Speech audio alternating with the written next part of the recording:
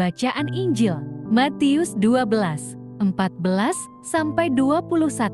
Sabtu 16 Juli 2022. Shalom, Bapak Ibu, saudara-saudari dalam kasih Yesus Kristus, marilah kita mendengarkan dan merenungkan firman Allah, Injil Matius pasal 12, ayat 14-21. Yesus hamba Tuhan. Inilah Injil suci menurut Matius. Suatu ketika, lalu keluarlah orang-orang Farisi itu dan bersekongkol untuk membunuh dia. Tetapi Yesus mengetahui maksud mereka, lalu menyingkir dari sana. Banyak orang mengikuti Yesus dan ia menyembuhkan mereka semuanya. Ia dengan keras melarang mereka memberitahukan siapa dia. Supaya genaplah firman yang disampaikan oleh Nabi Yesaya. Lihatlah, itu hambaku yang kupilih, yang kukasihi, yang kepadanya jiwaku berkenan. Aku akan menaruh rohku ke atasnya, dan ia akan memaklumkan hukum kepada bangsa-bangsa. Ia tidak akan berbantah dan tidak akan berteriak, dan orang tidak akan mendengar suaranya di jalan-jalan. Buluh yang patah terkulai tidak akan diputuskannya, dan sumbu yang pudar nyalanya tidak akan dipadamkannya, sampai ia menjadikan hukum itu menang. Dan padanyalah bangsa-bangsa akan berharap. Amin.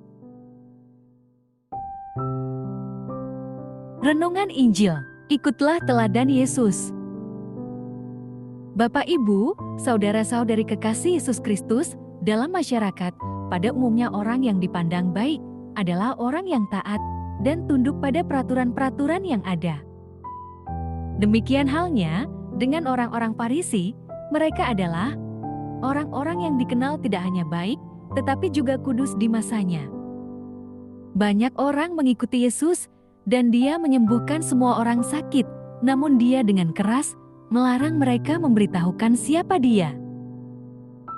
Yesus sungguh tahu bahwa misinya di dunia adalah memaklumkan hukum kepada bangsa-bangsa. Ia tidak akan berbantah dan tidak akan berteriak, dan orang tidak akan mendengar suaranya di jalan-jalan. Nubuat mesianik Nabi Yesaya digenapi dengan sempurna di dalam diri Yesus. Yesus bekerja bukan untuk popularitas. Di dalam pribadinya, orang-orang yang lemah akan menemukan kekuatan, sebab dia tidak akan membiarkan buluh yang patah terkulai atau sumbu yang pudar nyalanya menjadi padam. Dan pada Yesus, ada pengharapan bagi bangsa-bangsa. Jelas bahwa Yesus mengambil pilihan yang berbeda dari orang Farisi. Orang Farisi memilih untuk sibuk memastikan diri sendiri dan orang lain agar tidak melanggar aturan hukum Taurat. Sehingga dibutakan hatinya untuk melihat kesulitan, penderitaan, dan teriakan tolong dari sesamanya.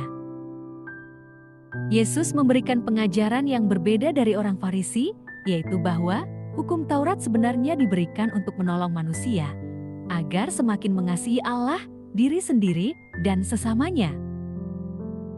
Ajaran Yesus sungguh menyatu dengan tindakan dan karyanya. Lalu, bagaimana dengan kita? Berita apakah yang kita wartakan? Apakah kita mewartakan Kristus, ataukah kehebatan kita sendiri?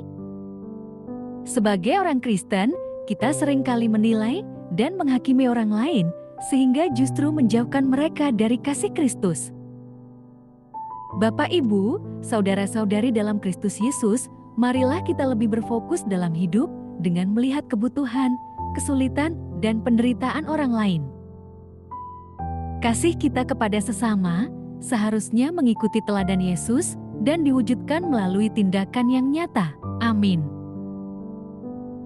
Marilah berdoa. Allah Bapa, sumber pengharapan, Engkau telah mengikat perjanjian dengan semua orang melalui Yesus yang terurapi. Semoga kami selalu berpegang teguh pada Dia dan berkembang menjadi umat yang patuh setia. Dengan pengantaraan Yesus Kristus, Putra-Mu, Tuhan kami yang bersama Dikau, dalam persatuan Roh Kudus, hidup dan berkuasa, Allah, sepanjang segala masa. Dalam nama Bapa, Putra, dan Roh Kudus. Amin. Terima kasih sudah mendengarkan dan merenungkan firman Allah. Jangan lupa subscribe dan jangan lupa juga aktifkan loncengnya. Terima kasih, Tuhan Yesus memberkati.